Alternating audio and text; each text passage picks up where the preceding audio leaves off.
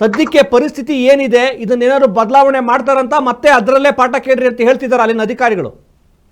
S Suresh, ಯಾಕಂದ್ರೆ ಗದಗ ಜಿಲ್ಲೆಯಲ್ಲಿ ಕೂಡ ಹಲವಾರು ಶಾಲೆಗಳಲ್ಲಿ ಇದೇ ಪರಿಸ್ಥಿತಿ ಇದೆ. ಹೀಗಾಗಿ ಶಿಕ್ಷಣ ಇಲಾಖೆ ಅಧಿಕಾರಿಗಳು ಕಣ್ಮುಚ್ಚಿ ಕುಳಿತುಕೊಂಡಿದ್ದಾರೆ. ಈಗಂದ್ರೆ ಗಜೇಂದ್ರಗಡದ ಅಷ್ಟೇ ಅಲ್ಲ, ಹಲವಾರು ಸಿರಟ್ಟಿ, ಮುಂಡ್ರಿಗಿ ತಾಲೂಕುಗಳಲ್ಲಿ ಕೂಡ ಸರ್ಕಾರಿ ಶಾಲೆಯಲ್ಲಿ ಬೀಳುವಂತ ಹಂತದಲ್ಲಿ ಇದೆ ಕೂಡ. ಈ ಮಧ್ಯದಲ್ಲೂ ಕೂಡ ಮಕ್ಕಳು ಆ ಕಟ್ಟಡದಲ್ಲಿ ಕೂತ್ಕೊಂಡು ಶಾಲೆ ಕಲಿಯುವಂತ ಪರಿಸ್ಥಿತಿ ನಿರ್ಮಾಣವಾಗಿದೆ. ಹೀಗಾಗಿ ಮಕ್ಕಳ ಪೋಷಕರು ಕೂಡ ನಮ್ಮ ಮಕ್ಕಳನ್ನು ಸರ್ಕಾರಿ ಶಾಲೆಗೆ ಕಳಿಸುದಿಲ್ಲ ಎಂದು ಹಠ ಹಿಡಿದುಕೊಂಡಿದ್ದಾರೆ. ಯಾಕಂದ್ರೆ ಹೀಗಾಗಿ ಅವಘಡ ಸಂಭವಿಸಿದ್ರೆ ಯಾರು ಹೊಣೆ? ಯಾಕಂದ್ರೆ ಏಕಾಏಕಿ ಒಂದು ಕಟ್ಟಡ ಕುಸಿದು ಬಿದ್ರೆ, ಮಕ್ಕಳ ಮೇಲೆ ಬಿದ್ರೆ ಆ ಮಕ್ಕಳು ಸಾವನ್ನು ಸಂಭವಿಸುವಂತ ಪರಿಸ್ಥಿತಿ ಕೂಡ ಹಿಂಗಾಗಿದೆ. ಹೀಗಾಗಿ ಕೂಡ ಈಗ ಆ ಗಜೇಂದ್ರಗಡ ಶಾಲೆ ಕಟ್ಟಡ ಕುಸಿತದಿಂದಾಗಿ ಮಕ್ಕಳು ಇವಾಗ ಸದ್ಯ ಗಜೇಂದ್ರಗಡ ಸರ್ಕಾರಿ ಪ್ರಾಥಮಿಕ ಆಸ್ಪತ್ರೆ ಚಿಕಿತ್ಸೆ ಪಡೆದಿದ್ದಾರೆ ಅಂತ ಹೇಳ್ಬೋದು ಸುರೇಶ್.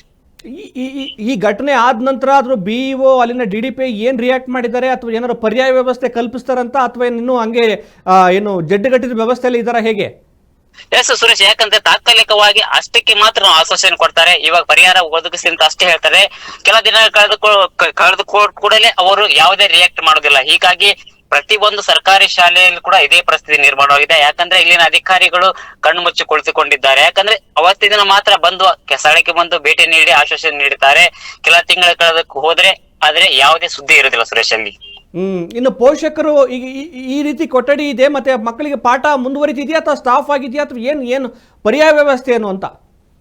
ಯಾಕಂದ್ರೆ ಈಗ ಪೋಷಕರು ಕೂಡ ಮಕ್ಕಳನ್ನು ಈಗ ಶಾಲೆಗೆ ಕಳಿಸ್ತಲ್ಲ. ಯಾಕಂದ್ರೆ ಈಗ ಕಟ್ಟಡ ಕುಸಿತದಿಂದ ಭೀತಿಯಲ್ಲಿ ಪೋಷಕರು ತಮ್ಮ ನೋವಿನಲ್ಲಿದ್ದಾರೆ. ಮಕ್ಕಳು ಕೂಡ ತಲೆಗೆ ಪೆಟ್ಟು ಬಿದ್ದಿದೆ. ಹೀಗಾಗಿ ಪೋಷಕರು ನಮ್ಮ ಮಕ್ಕಳನ್ನು ಶಾಲೆಗೆ ಕಳಿಸ್ತಿಲ್ಲ ಎಂದು ಸಮಾಜ ಕಲ್ಯಾಣ ಅಧಿಕಾರಿಗಳಿಗೆ ಮತ್ತು ಅಲ್ಲಿದ್ದ ಸ್ಥಳೀಯರು ಕೂಡ ಸರಿಯಾದ ಕ್ಲಾಸ್ ತಗೊಂಡಿದ್ದಾರೆ ಅಂತ ಹೇಳ್ಬೋದು ಸುರೇಶ್. ಸದ್ಯಕ್ಕೆ ಯಾವುದೇ ದೊಡ್ಡ ಅನಾಹುತ ಆಗಿಲ್ಲ, ಏನೋ ಒಂದು ರೀತಿ ಅದೃಷ್ಟವಶಾತ್. ಈಗ ಆ ಮಕ್ಕಳ ಸ್ಥಿತಿ ಹೇಗಿದೆ? ಶಿಕ್ಷಕರ ಭುಜಕ್ಕೂ ಕೂಡ ಪೆಟ್ಟು ಬಿದ್ದಿದೆ, ಮತ್ತೆ ಅವ್ರ ತಲೆಗೆ ಪೆಟ್ಟು ಬಿದ್ದಿದೆ ಅಂತ ಹೇಳಲಾಗ್ತಾ ಇದೆ. ಅವರು ಆರೋಗ್ಯವಾಗಿದ್ದಾರೆ, ಹೇಗೆ? ಎಸ್ ಸುರೇಶ್, ಇವಾಗ ಮಕ್ಕಳಿಗೆ ತಲೆಗೆ ಏಟು ಬಿದ್ದಿದೆ ಮತ್ತು ಶಿಕ್ಷಕರು ಕೂಡ ಸ್ವಲ್ಪ ಬೆನ್ನಿಗೆ ಏಟು ಬಿದ್ದಿದೆ. ಹೀಗಾಗಿ ಮಕ್ಕಳು ಮತ್ತು ಶಿಕ್ಷಕರನ್ನು ಗಜೇಂದ್ರಗಡ ಸರ್ಕಾರಿ ಪ್ರಾಥಮಿಕ ಆಸ್ಪತ್ರೆಯಲ್ಲಿ ದಾಖಲು ಮಾಡಿದೆ. ಸದ್ಯ ಇವಾಗ ಮಕ್ಕಳು ಮತ್ತು ಶಿಕ್ಷಕರು ಚಿಕಿತ್ಸೆ ಪಡೆದಿದ್ದಾರೆ ಅಂತ ಹೇಳ್ಬೋದು ಸುರೇಶ್. Okay, thank you. ಒಂದು ಒಳ್ಳೆ ವರದಿ ಮಾಡಿದ್ದೀರಿ. ಈ ವರದಿಯ ನಂತರವಾದರೂ ಅವರು ಎಚ್ಚೆತ್ತುಕೊಳ್ಳದೆ ಇದ್ದರೆ ನಿಜಕ್ಕೂ ಮನುಷ್ಯರೇ ಅಲ್ಲ. Thank you Dyamanna. ನೋಡಿ, ಇದು ನಮ್ಮ ವರದಿಗಾರರ ಅಭಿಪ್ರಾಯ. ಈ ರೀತಿ ಒಂದು ಅಂದರೆ ಅಲ್ಲಿನ ಸ್ಥಿತಿ, ಈ ರೀತಿ ವಾತಾವರಣ ಇದ್ದರೂ ಕೂಡ ಮಕ್ಕಳಿಗೆ ಶಿಕ್ಷಣ ಅಥವಾ ಪಾಠ ಕಲಿಯೋದಕ್ಕೆ ಯೋಗ್ಯವಾದ ವಾತಾವರಣ ಇಲ್ಲ ಅನ್ನುವಂಥದ್ದು ಗೊತ್ತಾದರೂ ಕೂಡ ಅಲ್ಲಿನ ಶಿಕ್ಷಣ ಯಾವುದೇ ತಲೆ ಕೆಡಿಸ್ಕೊಂಡಿಲ್ಲ. ಸ್ಥಳಕ್ಕೆ ಬರಬೇಕು, ಏನಾಗಿದೆ ಅಂತ ಪರಿಶೀಲನೆ ಮಾಡಬೇಕು. ಇದು ಎಷ್ಟು ವರ್ಷದ ಹಳೆಯ ಕೊಠಡಿ, ಮಕ್ಕಳಿಗೆ ಈ ಒಂದು ಕೊಠಡಿಯಲ್ಲಿ ಪಾಠ ಮಾಡೋದಕ್ಕೆ ಯೋಗ್ಯವಾ ಇಲ್ಲವಾ ಅಂತೇಳಿ ಪರಿಶೀಲನೆ ಮಾಡಬೇಕು. ಕೊನೆಗೆ ಅವರಿಗೆ ಪರ್ಯಾಯವಾದ ಒಂದು ವ್ಯವಸ್ಥೆಯನ್ನು ಮಾಡಬೇಕು. ಮತ್ತು ಇದು ನೀವು ಈ ಕೊಠಡಿ ಶಿಥಿಲಾವಸ್ಥೆಯಾಗಿ ಬಿದ್ದು ಹೊಸ ಕೊಠಡಿಯನ್ನು ಕಟ್ಟೋವರೆಗೂ ಮಕ್ಕಳ ಶಿಕ್ಷಣದ ಕಥೆ ಏನು? ಪೋಷಕರಿಗೆ ಸಹಜವಾಗಿ ತಮ್ಮ ಮಕ್ಕಳು ಎಲ್ಲಿ ತೊಂದರೆಗೆ ಸಿಲುಕಾಕೊಳ್ತಾರೆ, ಮತ್ತು ನಮ್ಮ ಮಕ್ಕಳು ಏನು ತಲೆ ಮೇಲೆ ಬಿದ್ದು ಅವ್ರಿಗೇನಾದ್ರು ತೊಂದರೆ ಆದ್ರಿಂದ ಅನ್ನುವಂಥ ಅಪಾಯ ಇರುತ್ತೆ. ಇಂಥ ಸಂದರ್ಭದಲ್ಲಿ ಅವರನ್ನು ಮನವೊಲಿಸಿ ಅವರಿಗೆ ಬೇರೊಂದು ಪರ್ಯಾಯ ವ್ಯವಸ್ಥೆಯನ್ನು ಕಲ್ಪಿಸಬೇಕಾಗತ್ತೆ. ಆ ಒಂದು ಕಾನ್ಫಿಡೆಂಟನ್ನು ತುಂಬುವ ಕೆಲಸವನ್ನು ಶಿಕ್ಷಣ ಇಲಾಖೆ ಮಾಡಬೇಕು. ಜೊತೆಗೆ ಅಲ್ಲಿನ ಏನಿದಾರಲ್ಲ BEO, DDP ಮತ್ತು ಯಾವ್ಯಾವ ಅಧಿಕಾರಿಗಳಿದಾರಲ್ಲ, ನೀವು ಮತ್ತೊಂದು ಹೊಸ ಕೊಠಡಿನ ಕೊಡಿ ಅಂತೇಳಿ ರಾಜ್ಯ ಸರ್ಕಾರಕ್ಕೆ ಕೇಳಬೇಕು. ರಾಜ್ಯ ಸರ್ಕಾರದ ಹತ್ರ ದುಡ್ಡಿಲ್ವೋ ಇಲ್ವೋ ಹೇಳ್ತಿದಾರಲ್ಲ. ಎಲ್ಲ ಗ್ಯಾರಂಟಿಗಳ ಮೂಲಕ ಜನರ ಅಭ್ಯುದಯ ಮಾಡ್ತಾಯಿದ್ದೀವಿ. ಇದು ನೋಡಿ, ಇದು ಶಿಕ್ಷಣ ಇಲಾಖೆಯ ಗ್ಯಾರಂಟಿ ನೋಡಿ ಹೇಗಿದೆ. ರಾಜ್ಯದ ಶಿಕ್ಷಣ ಇಲಾಖೆ ನಮ್ಮ ಮಕ್ಕಳಿಗೆ ಎಂಥ ಅತ್ಯಾಧುನಿಕವಾದಂಥ ಸೌಲಭ್ಯ ಕೊಡ್ತಾ ಇದೆ ಅನ್ನೋದಕ್ಕೆ ಈ ಗದಗ ಜಿಲ್ಲೆಯ ಗಜೇಂದ್ರಗಡ ತಾಲೂಕಿನ ಚಿಲಜರಿ ಗ್ರಾಮದ ಕತೆ ನೋಡಿ. ಈ ಸರ್ಕಾರಿ ಶಾಲೆಯಲ್ಲಿ ನೋಡಿ ಎಷ್ಟು ಚೆನ್ನಾಗಿ ಒಳ್ಳೊಳ್ಳೆಯ ಅತ್ಯಾಧುನಿಕ ಸೌಲಭ್ಯ ಇದೆ. ನಮಗೆ ತೋರಿಸ್ತಾ ಇದೆ ನೋಡಿ. ರಾಜ್ಯದ ಶಿಕ್ಷಣ ಇಲಾಖೆಯ ಮಂತ್ರಿಗಳೇ ನೋಡಿ ಎಷ್ಟು ಚೆನ್ನಾಗಿ ವ್ಯವಸ್ಥೆ ಕೊಟ್ಟಿದ್ದೀರಾ. ಅಲ್ಲೆಲ್ಲ ತುಂಬ ಚೆನ್ನಾಗಿದೆ. ಇಂಥ ವ್ಯವಸ್ಥೆಯಲ್ಲಿ ನಮ್ಮ ಮಕ್ಕಳು ಕಲಿಬೇಕು, ಪಾಠವನ್ನು ಕಲಿಬೇಕು. ಪಾಠವನ್ನು ಕಲಿತು ಅವ್ರಿಗೆ ಏನಾದರೂ ಉದ್ಧಾರ ಆಗೋಕ್ಕೆ ಸಾಧ್ಯನಾ? ಬೆಳೆಯೋದಕ್ಕೆ ಸಾಧ್ಯನಾ?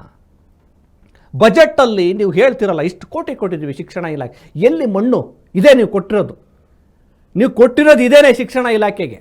ಈ ರಾಜ್ಯದ ಶಿಕ್ಷಣ ಇಲಾಖೆಯ ಸಚಿವರು ಅತ್ಯಂತ ಗಂಭೀರವಾಗಿ ಪರಿಗಣಿಸಿ ಈ ಒಂದು ವಿಚಾರದಲ್ಲಿ ಯಾರೆಲ್ಲ ತಪ್ಪಿತಸ್ಥರಿದ್ದಾರೆ, ಈ ನಿರ್ಲಕ್ಷ್ಯಕ್ಕೆ ಕಠಿಣವಾದ ಕ್ರಮವನ್ನು ತೆಗೆದುಕೊಳ್ಬೇಕು. ಕೊಠಡಿಯನ್ನು ಕಟ್ಟಿಸಿಕೊಡ್ಬೇಕು. ಕೊಠಡಿ ಕೇಳಿದ್ರೆ ಸಸ್ಪೆಂಡ್ ಮಾಡ್ತೀರಿ, ಅದೇ ಕೊಠಡಿಯಲ್ಲಿ ಪಾಠ ಕೇಳಿದ್ರೆ ಜೀವನ ಕಳ್ಕೋಬೇಕು.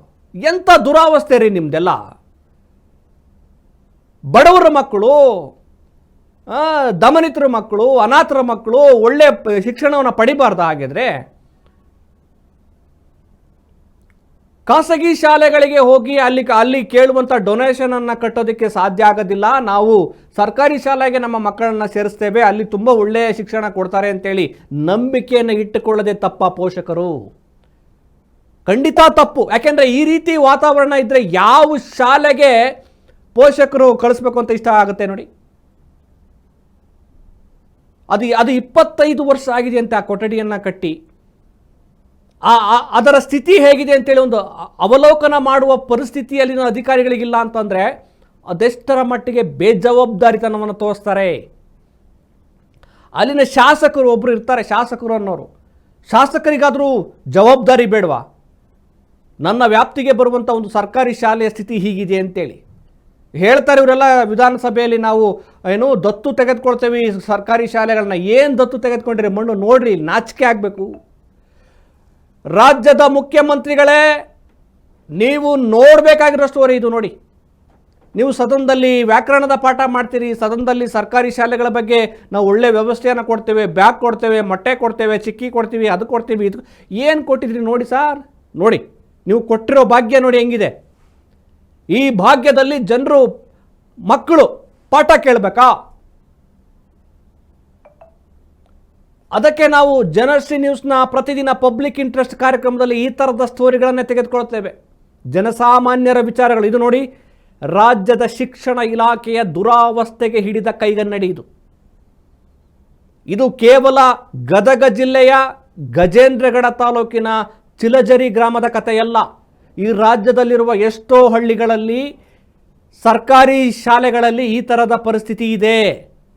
ಇಲ್ಲಿ ಕೊಠಡಿ ಕುಸ್ತಿದೆ, ಇನ್ನೆಲ್ಲೋ ಕಿಟಕಿ ಇರಲ್ಲ, ಇನ್ನೆಲ್ಲೋ ಬಾಗಿಲಿರಲ್ಲ. ಇನ್ನೊಂದು ಕಡೆ ಪಾಪ ಮಳೆ ಚಳಿ ಗಾಳಿಯನ್ನು ತಾಳಲಾರ್ದೆ ಕೊಡೆ ಹಿಡ್ಕೊಂಡು ಪಾಠವನ್ನು ಮಾಡುವ ದುಸ್ಥಿತಿ ಇದೆ. ಹಾಗಿದ್ರೆ ಎಲ್ಲಿಗೆ ಬಂತು ನಮ್ಮ ಶಿಕ್ಷಣ ಇಲಾಖೆಯ ಕತೆ? ಮತ್ತೆ ಬಾಯ್ ಬಡ್ಕೊಳ್ತೀರಿ, ಅಯ್ಯೋ ಒಳ್ಳೆ ರಿಸಲ್ಟ್ ಬರಲಿಲ್ಲ, ಕುಂಠಿತ ಆಗ್ತದೆ ಶಿಕ್ಷಣ ವಿಚಾರದಲ್ಲಿ, ರಿಸಲ್ಟ್ ಚೆನ್ನಾಗಿ ಬರ್ತಾ ಇಲ್ಲ. ಹೆಂಗಾಗುತ್ತೆ? ಒಳ್ಳೆ ಶಿಕ್ಷಣ, ಒಳ್ಳೆ ರಿಸಲ್ಟ್ ಹೆಂಗೆ ಬರೋಕ್ಕೆ ಸಾಧ್ಯ ಹೇಳಿ? ಅದಕ್ಕೆ ನೋಡಿ, ಈ ಹಿಂದೆ ದೆಹಲಿಯಲ್ಲಿ ಅರವಿಂದ ಕೇಜ್ರಿವಾಲ್ ಅವರು ಮುಖ್ಯಮಂತ್ರಿಯಾಗಿದ್ದ ಸಂದರ್ಭದಲ್ಲಿ ಸರ್ಕಾರಿ ಶಾಲೆಗಳನ್ನು ಯಾವ ಮಟ್ಟಕ್ಕೆ ಅಭಿವೃದ್ಧಿಪಡಿಸಿದ್ರು. ಯಾರೇ ಆಗಲಿ ಒಳ್ಳೆ ಕೆಲಸಗಳನ್ನ ಮಾಡಿದಾಗ ಅದನ್ನು ಅಪ್ರಿಷಿಯೇಟ್ ಮಾಡಬೇಕು. ನಮ್ಮ ರಾಜ್ಯದ ಶಿಕ್ಷಣ ಸಚಿವರು ಮತ್ತು ಇಲಾಖೆಯ ಅಧಿಕಾರಿಗಳು ದೆಹಲಿಗೆ ಭೇಟಿ ಕೊಟ್ಟು ಅಲ್ಲಿ ಯಾವ ರೀತಿ ಸರ್ಕಾರಿ ಶಾಲೆಗಳನ್ನು ಖಾಸಗಿ ಶಾಲೆಗಳಿಗೆ ಸೆಡ್ಡು ಹೊಡೆಯೋ ರೀತಿಯಲ್ಲಿ ಅತ್ಯಾಧುನಿಕಗೊಳಿಸಿದ್ದಾರೆ. ಅಲ್ಲಿ ಯಾವ ರೀತಿ ಸ್ಪೆಷಾಲಿಟೀಸ್ ಇದ್ದಾವೆ, ಮಕ್ಕಳಿಗೆ ಒಳ್ಳೆಯ ಪೀಠೋಪಕರಣ ಇರ್ಬೋದು, ಟೆಕ್ನಾಲಜಿ ಇರ್ಬೋದು, ಹೇಗೆ ಮಾಡಿದ್ದಾರೆ ಅಂತ ನೋಡ್ಕೊಂಬರ್ರಪ್ಪ, ಹೋಗಿ ನೋಡ್ಕೊಂಬನ್ನಿ. ಸರಿಯಾಗಿ ಒಂದು ಕೊಠಡಿ ಕೊಡೋಕ್ಕಾಗಲ್ಲ, ನಾವು ಇನ್ನೇನಾದರೂ ಅಲ್ಲಿ ಕಂಪ್ಯೂಟರ್ ಕೊಡೋಕ್ಕಾಗತ್ತಾ? ಏನಾದರೂ ಟೆಕ್ನಾಲಜಿಯನ್ನು ವ್ಯವಸ್ಥೆ ಅಳವಡಿಸೋಕ್ಕಾಗತ್ತಾ? ನಮಗೀಗ ಸರ್ಕಾರಿ ಶಾಲೆಗಳಿಗೆ ಒಳ್ಳೆ ಕೊಠಡಿ ಕೊಟ್ಟರೆ ಸಾಕು. ಪಾಪ ವೀರಣ್ಣ ಮಡಿವಾಳ ಅನ್ನುವಂಥ ಶಿಕ್ಷಕ ತನ್ನ ಶಾಲೆಗೆ 2 ಕೊಠಡಿ ಕೊಡ್ರಿ ಸಾರ್ ಅಂತೇಳಿ ಅವನು ಒಂದು ಮೌನ ಪ್ರತಿಭಟನೆ ಮಾಡ್ದ ಪಾಪ. ಶಿಕ್ಷಕನಿಗೆ ಶಾಲೆ ಬಗ್ಗೆ ಎಷ್ಟು ಕಾಳಜಿ ಇದೆ, ಕೊಠಡಿ ಕೇಳ್ತಿದ್ರಲ್ಲ ಅಂತೇಳಿ ಅದನ್ನು ಖುಷಿಪಟ್ಟು ಕೊಠಡಿಯಿಂದ ಮಂಜೂರು ಮಾಡಬೇಕು. ನೀನು ಮಾತಾಡೋದೇ ತಪ್ಪು ಅಂತೇಳಿ ಸಸ್ಪೆಂಡ್ ಮಾಡ್ತಾರಲ್ಲ, ಇನ್ನೂ ಕೂಡ ವಾಪಸ್ ತೆಗೆದುಕೊಂಡಿಲ್ಲ. ಇದು ಶಿಕ್ಷಣ ಇಲಾಖೆಯ ಕತೆ. ಈ ರಾಜ್ಯದ ಜನರು ಈ ಇಲಾಖೆಯನ್ನು ಕ್ಲಾಸ್ ತೆಗೆದುಕೊಳ್ಬೇಕಾಗಿದೆ.